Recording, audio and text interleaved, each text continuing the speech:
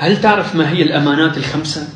علموها لأولادكم وكباركم وصغاركم حتى تعيشوا بأمان وتموتون بأمان بإذن الله. الأمان الأول قال رسول الله صلى الله عليه وسلم: صلوا عليه وسلموا تسليما: من صلى الصبح فهو في ذمة الله. معناه هو في حفظ الله ورعايته، ولو أحد ظلمك يقتص الله منه ويأتيك بحقك. الأمان الثاني قال رسول الله صلى الله عليه وسلم: من قرأ آية الكرسي دبر كل صلاة ليس بينه وبين الجنة إلا الموت.